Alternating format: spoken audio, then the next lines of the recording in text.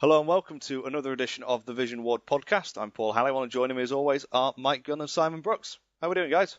I'm good, thank you very much. Yeah, I'm fine. How about you? Yeah, all good. Lot to cover this week as always. We've got the NA LCS promotion for the summer. Yeah, some really good games in there as well.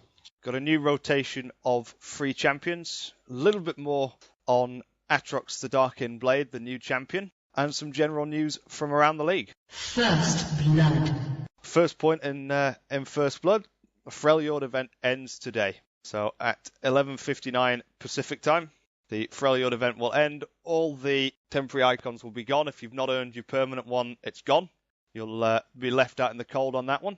There's a little bit more on the Darkin Blade Aatrox, which is going to be the new champion. He looks like a melee champion, guys, but he uses health, doesn't he? Yeah, he looks pretty good, but I'm not sure if he's going to be melee or ranged, but he definitely uses health to do his stuff with, because a lot of his abilities are actually ranged abilities. So he's like a mixture of like Kale / Kha'Zix type thing.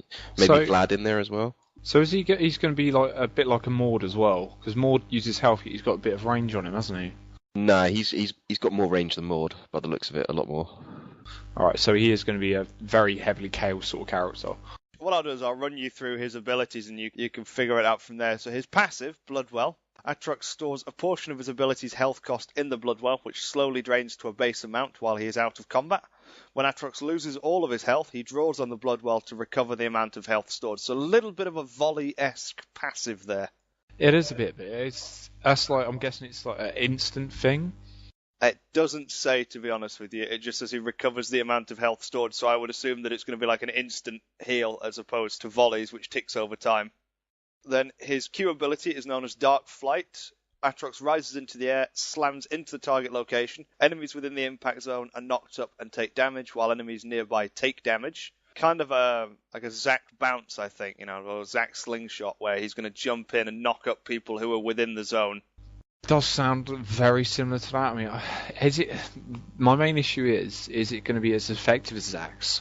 The next one's interesting because it seems like we've added a few characters already, and this one is very Xin Zhao. Aatrox heals himself every third attack, activating Bloodthirst, which is the ability, and it's toggleable as well, so you can activate it to create Blood Price, and every third attack will then deal bonus magic damage instead of healing him, but he loses health based on the bonus damage dealt. So I guess for that quick burst, trying to kill somebody, you may want to activate the Blood Price, and then for sustain in lane, just keep it in Bloodthirst and keep healing yourself. But yeah, it's very Xin Zhao-esque, isn't it? But with that every third attack, but giving him healing and a damage on it gives it quite a lot of, you can change it around a bit, so when he's farming and he doesn't really need the extra damage, he could just go on to the healing, get himself some lane sustain. Then he could turn it on and obviously start damaging his opponent. Just sudden burst, it's come out of nowhere. The opponent doesn't expect it. The next one is his Blades of Torment, which is going to be his E. Aatrox fires a line of damage that slows enemies caught in its path. He's refunded part of the health costs if Blades of Torment strikes an enemy champion. And that's where it comes in the Kale part. It's a bit like Curse Slow, except it heals him as well. That's sort of a mix between Kale and Aurelia sort of thing, isn't it? Like Aurelia's ulti, because she fires them in a line. Yeah. It is like I'd say it's more like Kha'Zix really. The Blades of Torment, like 3 Kha'Zix things that hits him and heals him. I think that does the same thing as that Kha'Zix ability. Yeah, the Vorpal spikes. Yep, I think it's more like that, but I'm not sure. Right, and his ulti is known as Massacre. Upon activation, Aatrox instantly damages enemies in the area around him. For the duration of Massacre, Aatrox gains bonus attack speed and range, and Massacre has no health cost. So it is a mixture of like Yi and Kale. Yeah, just all in one there. Attack speed and range. And it has no health cost as well, which is pretty nice. It's just really nice. But I think he's going to be an actual melee champion like Kale that can just pop that off and become ranged. But his abilities, most of them seem rangy to me. The way that I'm seeing it, though, on the flip side, is that leap-in thing that he's got. The fact that he could potentially leap in and blow his ult then, and have that as a form of an initiation. And then, obviously, with the ulti giving him extra range, you could probably pick people off at the back. Also sounds like there's going to be some changes coming to Smite. There seems to be a post on the NA forums discussing it.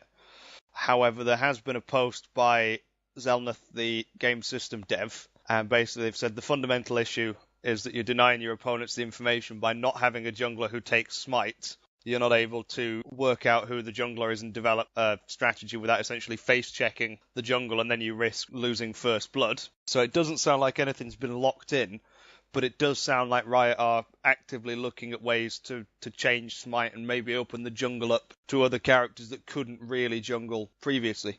Also, another thing they're doing is removing the 460 health that Smite would have taken basically at the start anyway. So therefore, you're still going to be able to jungle on the same characters you were before. It's like you had Smite, but you don't need it anymore, so you can take 2 summoner spells. Simon, obviously, as the jungler here, what are your thoughts on potentially not having Smite? Well, I don't see it as too much of a threat, because a lot of junglers nowadays, because of Hunter's Machete and items like that, it makes it very easy to jungle anyway. So I don't think I've ever really found the need to use it, except for perhaps stealing. And I think it's a great idea that they're removing it in a way, because it will stop those barons getting stolen. It will stop those dragons getting stolen. It'd be more of a skill thing than just I click a button. So does this open up the route for maybe a jungle Teemo? Never. Or maybe a jungle Karma? Oh, good God, no. Good God. Unless St. Vicious starts running jungle Karma, it's not happening. Last one to mention is Nijaki from Curse has had surgery. We wish him a very speedy recovery. Next up, we have the summer promotion from the LCS in the NA. Mike, you were spending your weekend watching those, so I'm going to hand it over to you. Yeah, I spent a lot of time watching these games, and to be fair, the first one I'm going to go on is the very first game we had, which is probably in my opinion, some of the best games we've had just for aggression. If you like that aggressive play that's coming out these days, this is the team to watch that's up and coming. They have been so aggressive and so good with it this season. That's Quantic. And we're going to see them up against Complexity. Now, Complexity had blue side. And we'll go straight into the lanes, which is for Complexity, we've got Rumble versus the Z from Quantic in top lane. Then we've got in mid, Twisted versus Israel and Sona.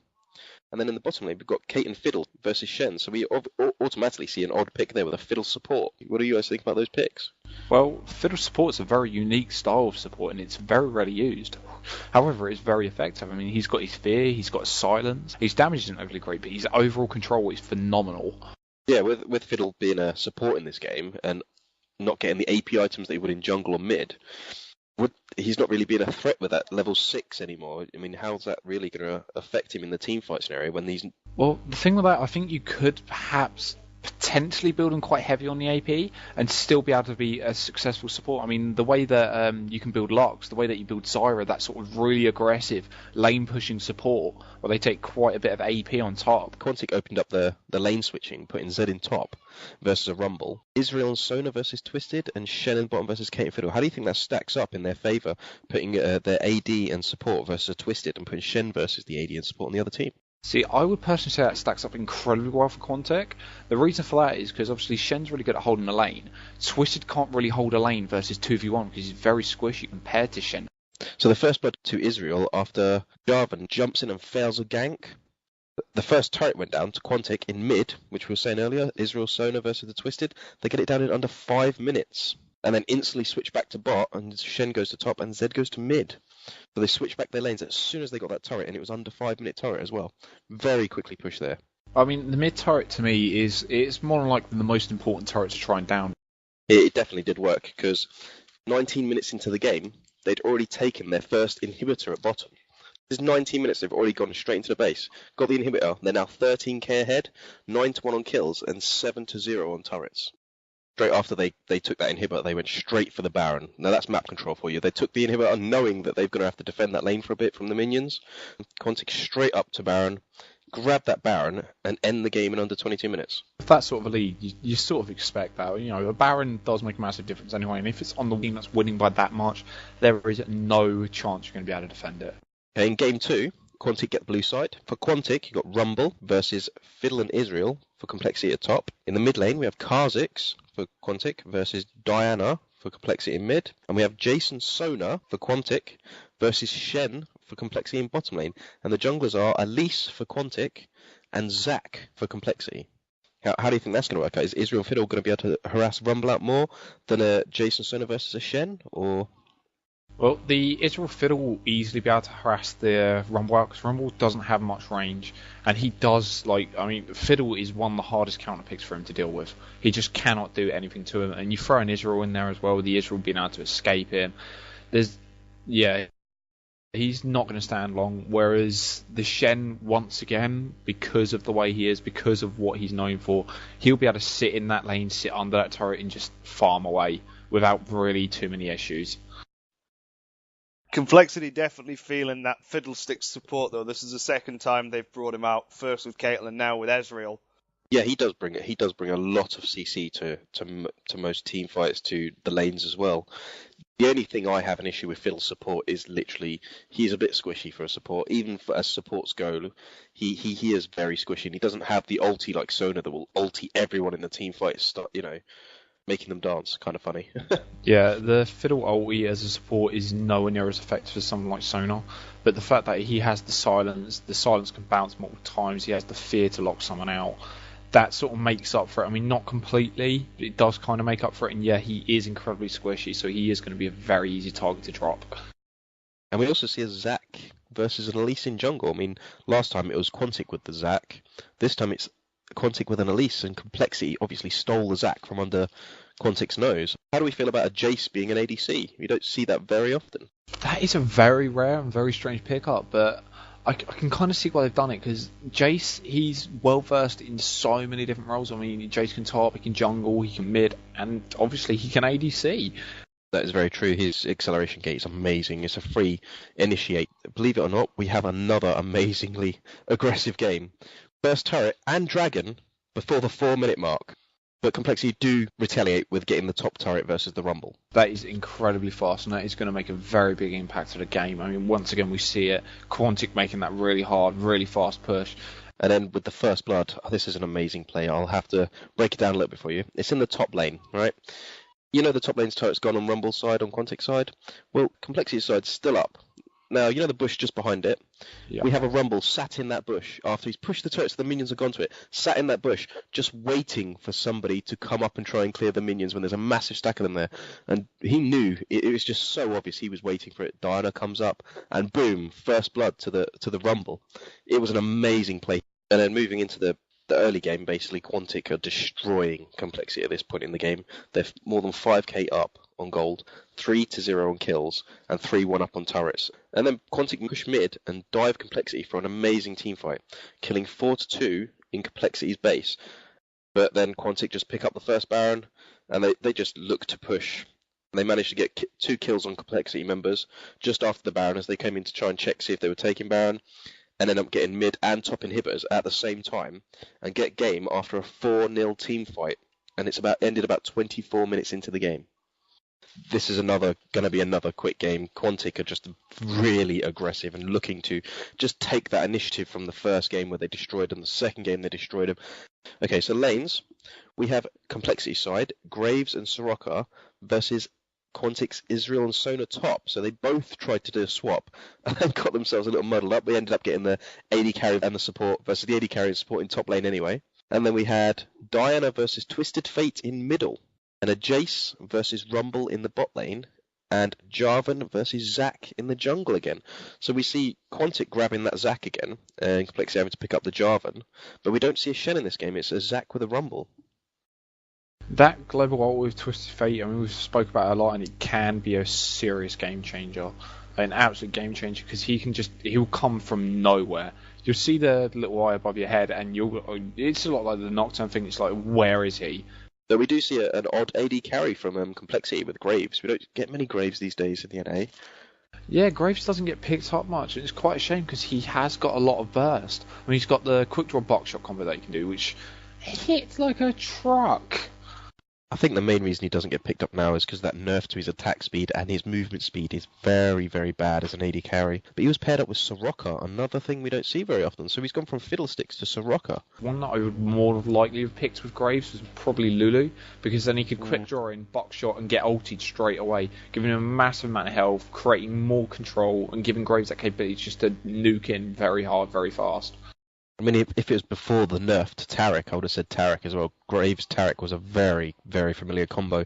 But then Graves took a nerf, we saw less of him, and then recently Taric took a nerf as well. And now we barely see Taric at all in any of these games, which is quite surprising, really. It is a shame, because Taric was one of those supports that could be paired up with most ADCs and was incredibly effective with both Graves and Vayne. But moving on, we'll get to the first blood, but this is an interesting one, a very interesting one. You can tell how aggressive Quantic have started getting. They get first blood in a 3 versus 5 in top lane. However, it ends up being a 2-for-2 at the end of it, because they get the first blood and then lose 2 members. The Rumble manages to get a kill to even it up, but they do get first turret. I mean, well, going back to First Blood, in a way, I'd actually say Complexity came off better. It was a 3v5, and yeah, they didn't lose all their members when they had the entire Quantic team staring at them, basically down a barrel, so I'd say that was very well played for them. A slight twist of fate here, and I'm not trying to say anything about Twisted Fate, but... I see what you did there. But straight after that, or not long after I should say, Quantic get the first dragon. Massive turnaround. Straight after that, good play by Complexity trying to hold it off. Suddenly, Quantic come out of nowhere with a dragon and an ace, and only lose one of their members for that ace. Aced. Yeah, by the mid-game, it is completely going to Quantic again. They are really far ahead. They've got almost 15k farm ahead of them. They end up with a 4-0 team fight, and at the 26-minute mark, just destroy the game out and win 3-0 in the first game of this series. So we know Quantic are now going through. So it looks like Quantic is going to be a very good team to watch. Indeed they are. In my opinion, I'm going to be watching every single Quantic game no matter what, without fail. They seem to like that Rumble. We've seen Rumble pop up in some other games. Yeah, Rumble is becoming a very popular choice now, just because you can take that blue pot and clear waves, so he's good for 2v1s, just like Renekton. Well, the other thing to bear in mind about Rumble is that equalizer. The range on the equalizer is very scary, and it really does open up a lot of teamfight capabilities. Because if he can nail your team with it, it hits relatively hard, but it's the slow that it puts on. Okay, well, we'll move on to the next game, and then this game is between Team Mern and versus Team Velocity. Now, in game 1, I'd like to add here, this has to be put in a note, is we've got Megazero playing for Team Marn, and the first thing he picks up is a Riven. Now, I wonder if that is because he's holding the best Riven and A crown right now. I don't know if he did it for a bit of kicks and giggles because he knows he is, or whether he did it because he's just got so much practice from doing the 1v1s with that Riven that he's just thought, well, I'm really good on Riven, I might as well just take it and run with it, really, because I've been playing it so much lately. We don't really have much switching going on in this game, if I remember rightly. A Riven from Team Mern versus an Elise on Velocity in top lane, Ari on Team Marn versus a Lux on Velocity in mid, and Tristana and Thresh for Team Marn versus Varus and Lulu in bottom lane for Velocity. And the junglers are Shen versus a Nasus. How do you think Riven will stack up against Elise in that top lane? In the top, I mean, I haven't got much experience of Riven or Elise, but in all fairness, I can see Elise quite happily winning that one, because she could probably quite easily keep the Riven at bay. And if Riven's kept at bay, she can't really get any harass off, she can't really get her damage going, and Elise is just going to repel every time the Riven goes for the jump stun. Elise could quite easily just play the zonal game and zone Riven out here by poking away, and Riven has nothing to poke back with. If you keep poking at a Riven, they've either got to come and get you, or they've got to back away. And as you said with Elise, when they come and get you, just repel up. And to be fair, Elise on this game is definitely going to be my man of the match. Chris for Velocity. Unbelievable repels from this guy. He pretty much dodged 100% of every single skill shot or tried skill shot on him. It was unreal. But straight into the game, and we actually see first blood to Team Velocity on Lulu. Unfortunately, Lulu had to get it, followed by a counter by Team Mern. They get a double in bottom and then one in mid. It's a bit of a turnaround, because it starts off Velocity getting the first blood and Team Mern get 3 kills out of it. Comical part is Lulu getting first blood. I've seen it happen before. I've done it myself before. It's not a hard thing to do. Well, it is, but it isn't. But then to get 3 of your men just drop out of nowhere, ouch. But then we see the first Baron go to Team Marn, followed instantly by a 4-for-2 team fight going in favour of Team Marn as well. Are we seeing another Quantic? Not quite. The early game goes to Team Marn by about 3k gold. We don't see that much action during the rest of this game. It kind of calms down around the mid-game, actually. And then we see the first Baron goes to Velocity, but they do lose 2 members of their team taking it, unfortunately. But then we see an amazing ulti from Lux to steal a Baron from Team Marn after Marn had won a team fight 2-0. You gotta love Lux for that, ain't you? Oh, God. Basically, it's the Smite from, 300 yards away? Something like that. Shh, I'm charging my laser. But even though Team Velocity managed to get that Baron, they still end up losing the first game to Team Marn. After a team fight in mid, even with Baron buff, which Team Man win 4-1 about the 42-minute mark, and that's when the game ends, really. They win that team fight and just push for a victory. So overall, it was actually a very back and forward game, is how I'm hearing it. Yeah, we move on to game 2. And before we get into the lanes, both teams actually go for an invade on this one. But it only ends up in both of them taking each other's blues, so it wasn't as good of as invade as I was hoping for. And then we see the first turret taken by Velocity before the 4-minute mark as well. We have the lane switching part, where Varus and Sona versus a Rumble in the bottom lane, and an Elise versus a Tristana and Lulu in top. So we've got, for Velocity, we've got Elise versus Tristana and Lulu on Team Man, and a Varus and Sona for Velocity versus a Rumble. And then in mid, this is the bit I really wanted to wait for, we have a Janna versus an Orianna. That's a very, very strange thing to do, having a Janna mid. I mean, she doesn't see much play anyway, and to do that... And it gets better. The junglers, Team Man's jungler is Shen. For Velocity, we have an Israel. So a Janna mid, Israel jungle. So we have 2 supports in this game, 2 AD carries with an Elise. The first blood, after an amazing dive by Velocity, killing Echo on Orianna. Maple Street getting a kill on Varus, followed by a mid turret. So it's basically all happening in mid at the moment. Team Man go for a dragon. All 5 team members of Man going for dragon. And then suddenly, Israel, the jungler for Team Velocity, flashes in, Smite steals, and arcane shifts back over the bush for an amazing dragon steal. It was such a good dragon steal. You have to go watch that replay. It was so good. The game does go on a lot with them doing a lot of split pushing. There's not many fights to speak of in this game. It's just all split pushing mostly. Coming into the late game, Velocity are actually up by 8k gold. And they're 5-for-5 on kills, so they equaled it out. But they are 8-2 on turrets. It was literally all about the Janna, really. That Janna in mid made this game possible. Just because of the knock-ups and slows to disengage from team fights so they don't have to fight at all and just carry on split pushing the entire time, made it so incredibly hard for Team Man to deal with. And then, talking about that, Velocity, because of their map pressure, actually managed to take Baron. And with an amazing team fight, that Velocity actually win 3-0 and win at the 36-minute mark with this really weird comp. I think the reason why they've managed to win the team fight is because of the amount of gold they managed to generate. When are we going to see this in solo queue? When do you reckon we're going to see a nice split push in Janna mid, Israel jungle combo? Maybe tomorrow when I give it a go. Solo queue? Never. In game 3, we see Renekton versus an Elise in top lane. So we've got Renekton on Man and Elise on Velocity in top lane. Then in mid, we have a Lux from Team Man versus a Rumble on Team Velocity. So Rumble is their midder. And then in the bottom lane, we have Corki and Thresh for Team Man versus an Israel Zyra on Velocity. And in jungle, we have Jarvan versus Nasus. So Jarvan for Man and Nasus for Velocity. So how do you think about a Rumble mid? It's almost not seen that often. Rumble mid, I don't think it's very, very good, especially not versus something like a Lux. Because Lux has got that poke, she's got that range over Rumble, and Rumble can't really get closer because every time he would, probably a light binding thrown out, and it just gets rooted, and from there it's just Rumble gets owned. Before we get into the laning phase, we actually see a nice invade by Team Velocity, stealing Man's blue in front of their own Rennick. But Rennick does engage eventually as they're running away and managed to almost kill the Nasus. But Rennick did blow his Ignite to get that far. So was that really a good trade-off? An Ignite for an almost kill, and they lost their blue as well? That's 2 losses, really, for Team Man here. They lost their blue and their Ignite on the Rennick. Yeah, that's not a very good trade-off the way I'm seeing that. I mean, the Nasus has to port back, but it's before the laning phase, and Nasus is the jungler. So he may be able to catch up. He's quite a quick jungler anyway, isn't he? He is quite fast. I mean, he's fast at getting objectives, getting through the jungle itself. He is quite quick. I'd probably put him on the level of probably Xin Zhao sort of speed. But we do see the first turret going to Team Velocity in the top lane. So they may basically manage to bully that Renekton out of lane and get that first turret. First dragon goes to Velocity after about 5 minutes, so a nice early dragon like we'd expect from a Nasus. It is something Nasus is incredible at, is those early objectives, because he's got that natural tankiness.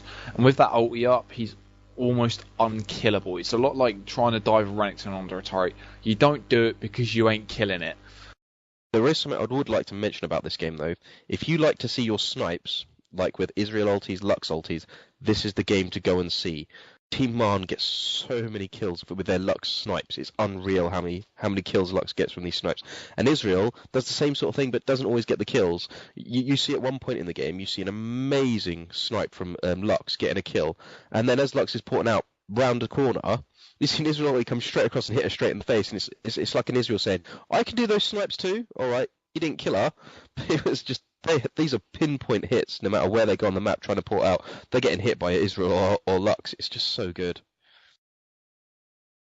It is a very frustrating thing to deal with, the Israel ulti, because obviously it's a completely map-free ulti. It doesn't get slowed, it doesn't get nullified by too much, apart from, of course, hitting minions, which reduces its damage. But it's still going to hit you, and it's still going to frustrate you, especially if you're trying to get out at the time.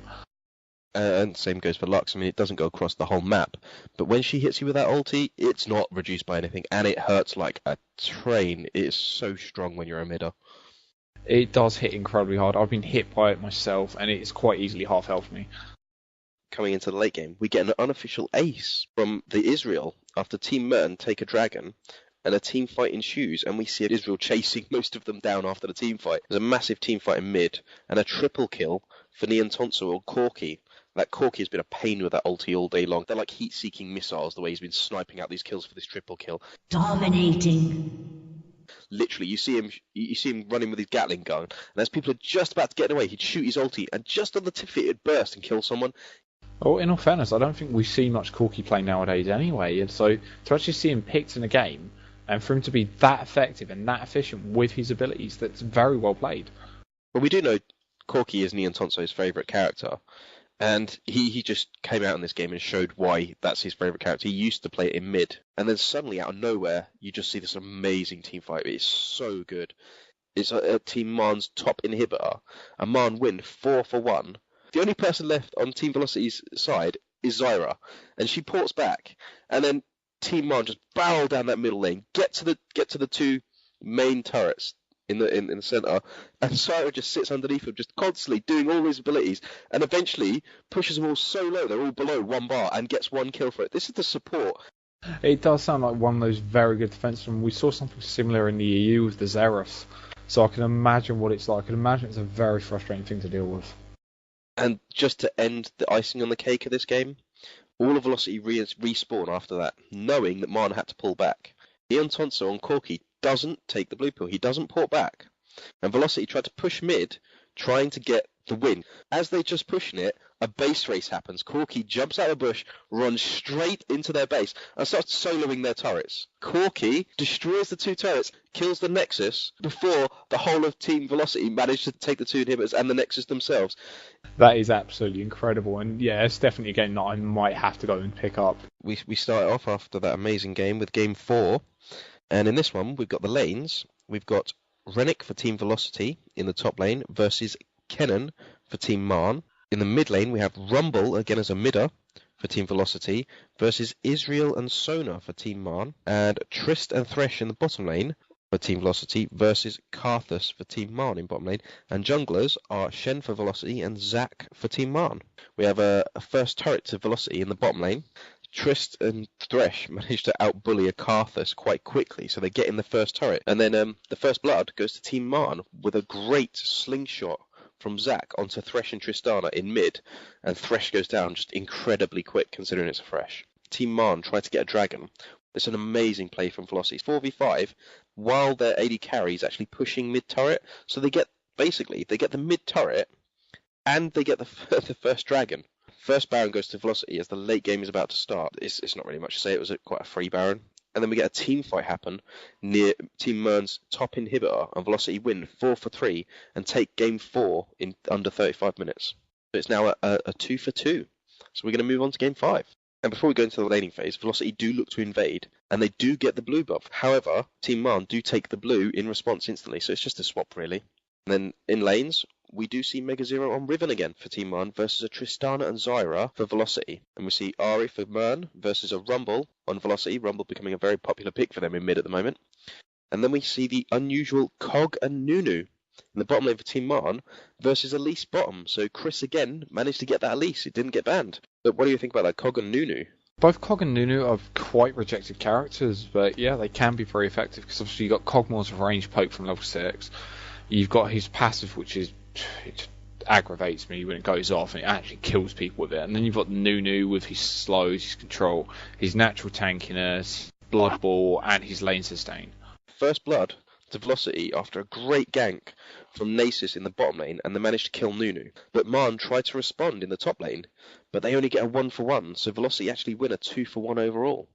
And then we see Team Marn try a 3 versus 2 gank, but lose the fight to Chris on Elise. Like I said, you've got to ban this Elise, and he gets a triple kill, making Velocity win 3-for-1 on kills in that fight. Yeah, it's not the sort of engage that you're going to walk away with your head held high, is it? That's the sort of engage where you're going to walk away and you're just going to smash your face off your keyboard. First Dragon goes to Velocity, completely uncontested, followed by a massively fast Baron by Nasus and Elise, followed by a team fight which Velocity win with a 2-for-0. Velocity take an uncontested Baron straight into top lane, push and get a turret and inhibitor, forcing a team fight.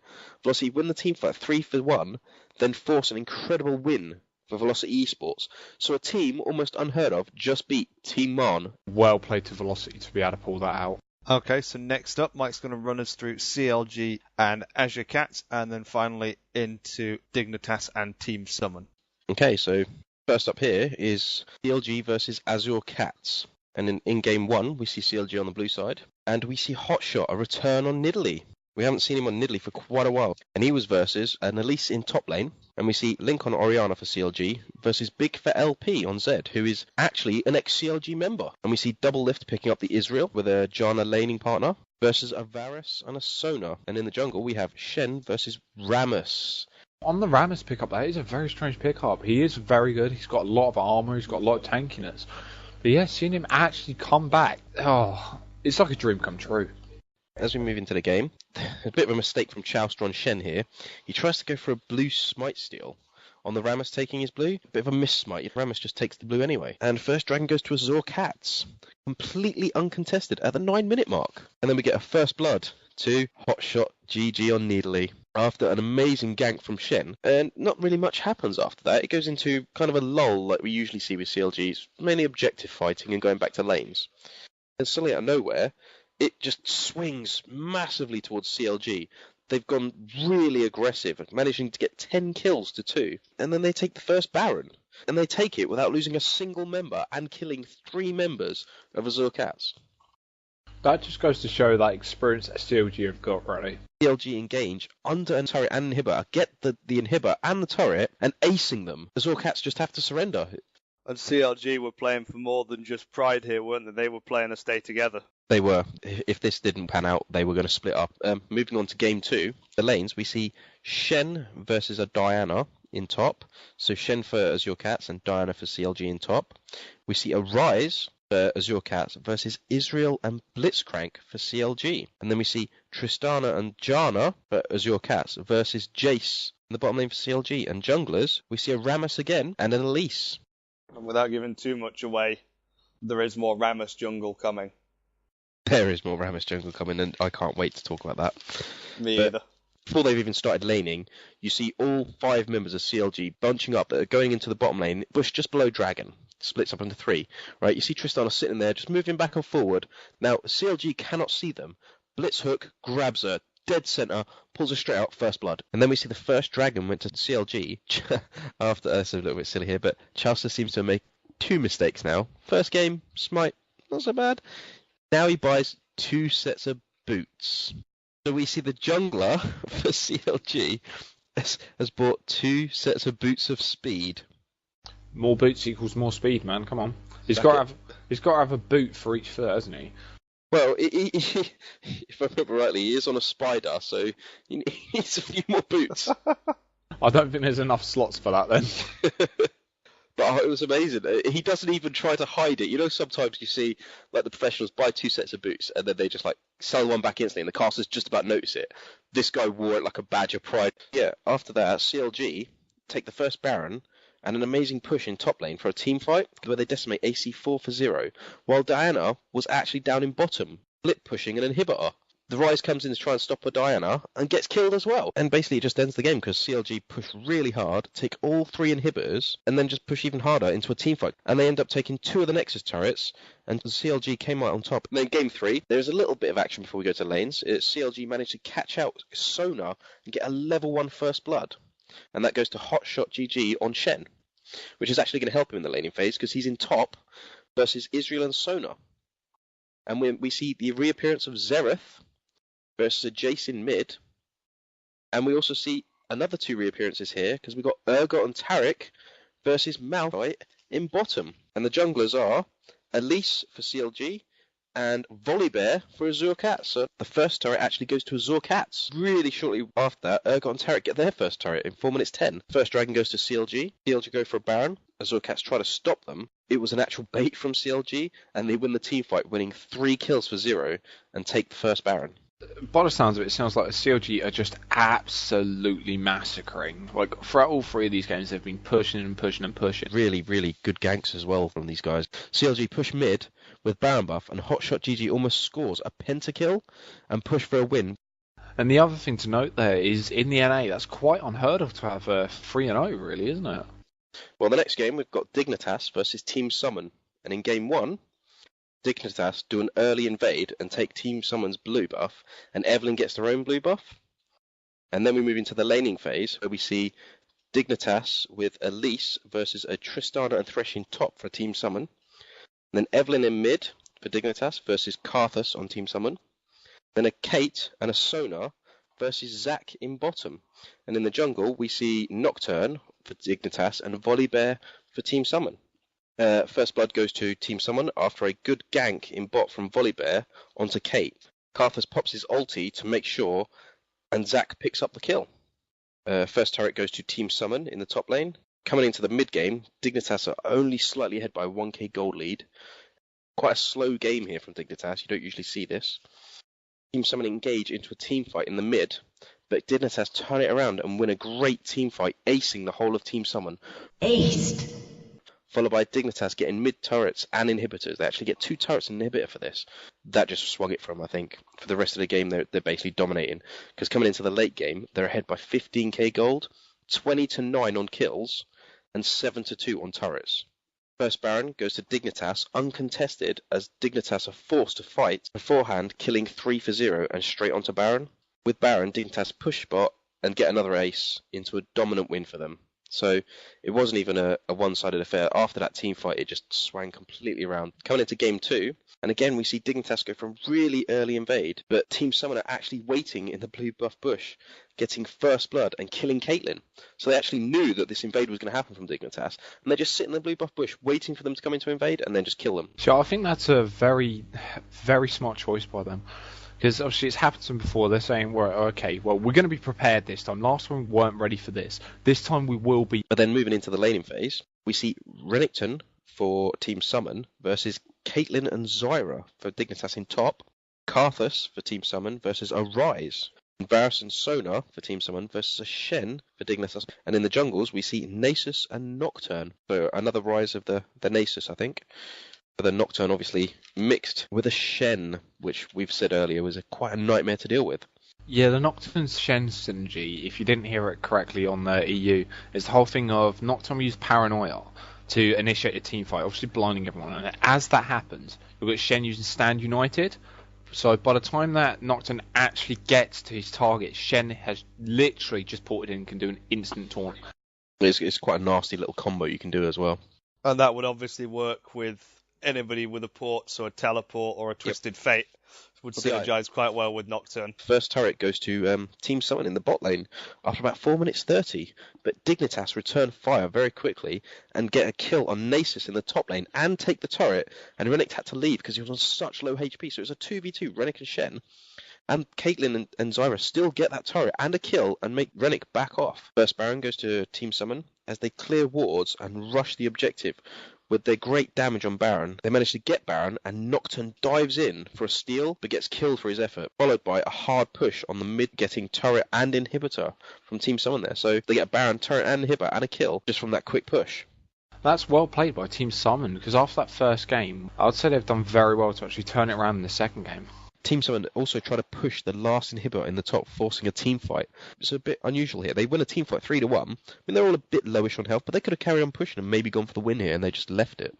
But having said that, it didn't take them much longer before they did do the push again. And they did win the team fight again with a 4-2 and then win the game in the end. So in game 3, ES look for an invade, 5 going in for it, and take the blue buff, giving Syndra an early blue, and then getting their own blue for their jungler Nasus. So Team Summon actually come out ahead here before they've even gone into the laning phase by stealing a blue for their Syndra and then getting a blue for their jungler Nasus as well. Going into the laning phase, we've got Jace for Dignitas in the top lane versus a Varus and Sona for Team Summon. In the mid lane, we have Ryze for Dignitas versus Syndra on Team Summon. And in the bottom lane, we have Israel and Zyra for Dignitas versus a Shen in bottom. And the junglers, here we go, we see a Rammus being played by Crumbs and a Nasus for Team Summon. And this is the game, if you want to see exciting jungle play, this is the game to go and watch, because Crumbs was just emphatic in this. You won't see a more exciting game that is jungle-oriented than this one. It was something that I would hate to see, that spiky ball coming at me that quickly. Yeah, Powerball plus acceleration gate. And home guard. And movement speed boots, ganking boots. First turret to Team Summon in the top lane. As Rammus didn't babysit top, we see Jace versus a Varus and a Sona. You'd think he'd go and help Jace to stop the turret being pushed. They're probably believing that he may be able to hold them off, but obviously that wasn't the case. And the first dragon comes out from Team Summon very early. Well, not very early, about 5 minutes. It's quite early. And that's a Nasus ulti for you. And then first blood went to Team Summon as a team fight breaks out in the mid, and it's 1-for-1, but Team Summon also get a mid turret. So it sounds like they're going for a bit the early game control, hard pushing, trying to really shut down Dignitas before they can get going. And after that last game, I think they kind of had to, really. There was a lot of team fighting. I'm not going to pick out one as my favourite. Paul might do, because I think I know which one he's going to do, because it was a very amazing gank. I think my personal favourite was the one in the top lane. You see Rammus come up from behind Jace. Jace throws down the acceleration gate, goes straight towards the guy, and tries to block him with minions, and he flashes over the minions and gets him anyway, and just gets a kill for Jace. It was so good. I'll let Paul go into the one I think I know he's going to do, which is behind the turret in mid. Yeah, so Rammus came through purple jungle and sat at the Wraith, spun up, flashes through the wall, straight in, and initiates a team fight. This Rammus play was just amazing from this guy, and it shows, because coming into the late game after they were down, they're now 12k ahead on gold, 22-6 on kills, and they're now 7-4 on turrets. After they were 4-0 down on turrets, they're now 7-4.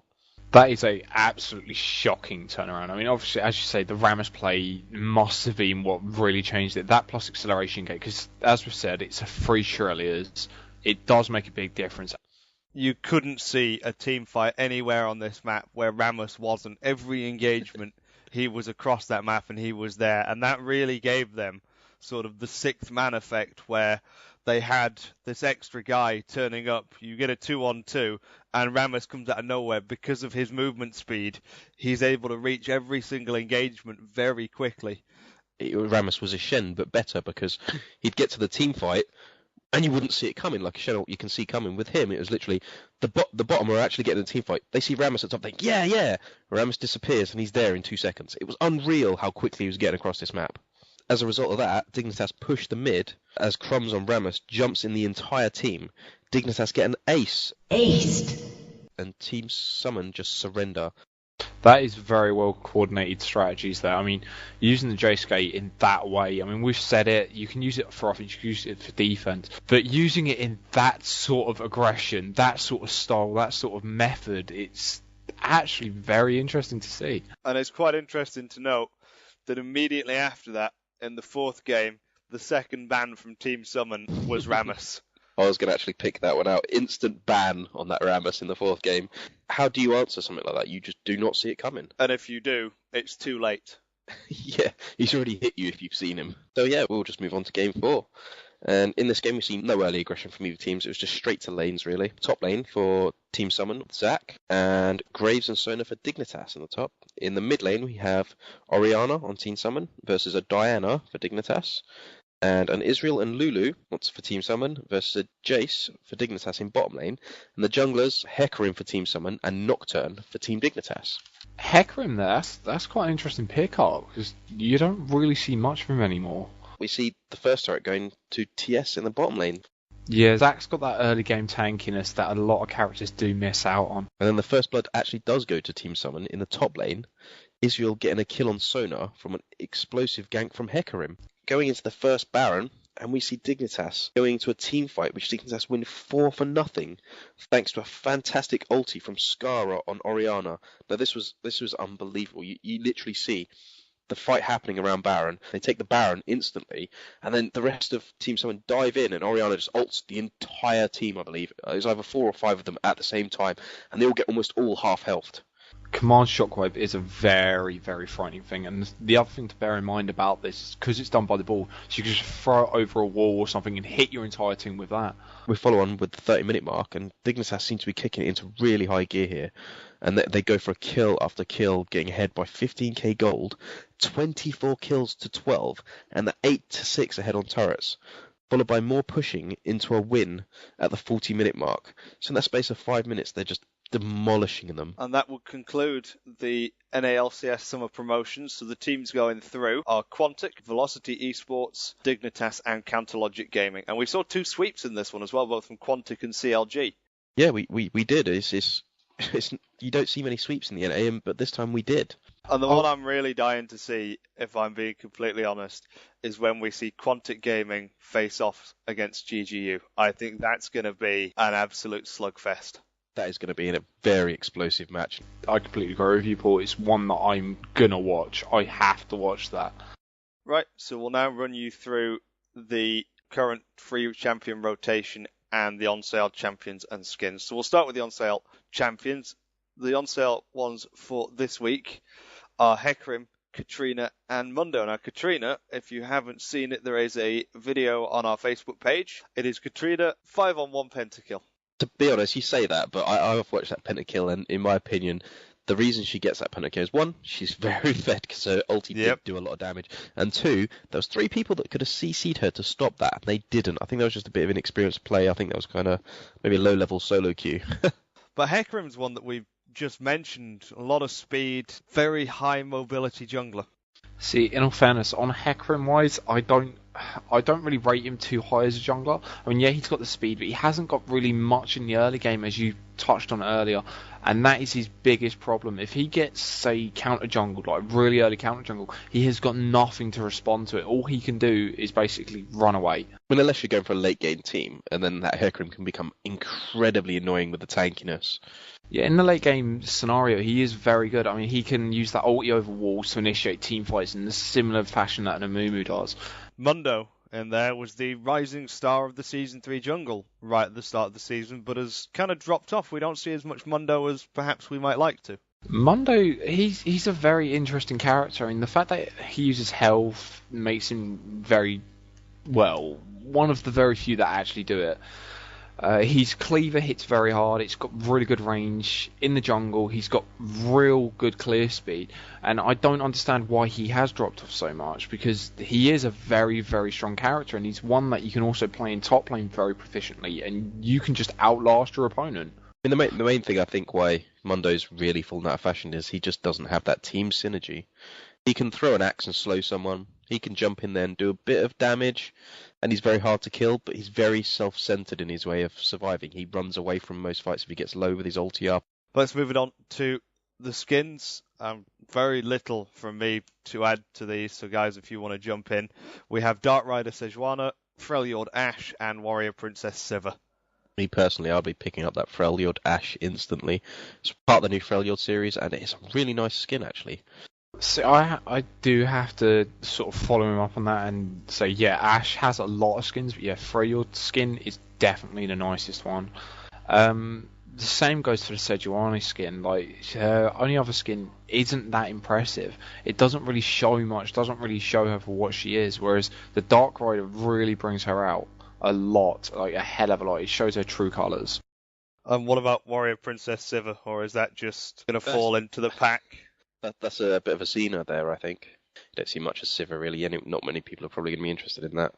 No. So we'll jump into the free champions. We have Rengar, Elise, Nocturne, Caitlyn, Heimerdinger, Sona, Galio, Sivir, Shaco, and the brand new champion, Lissandra. So the first thing to note there is Riot obviously making sure their new champions are in the free rotation very soon after they're released. But I think the main one I'd probably note here is probably the Elise.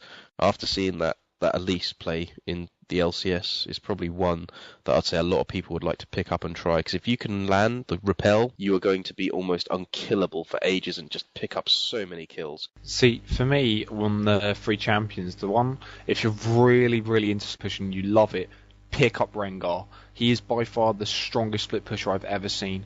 Trying to actually gank him when he's taking a turret is incredibly hard to do, because all he would do, jump in a bush, you'll chase him in there, he'll leap to a minion, ult you away, come back once you've left the lane, continue the push, drop a turret. Okay, gentlemen, thanks for your time, and we'll leave it there. Thank you for listening to Vision Ward. You have been slain.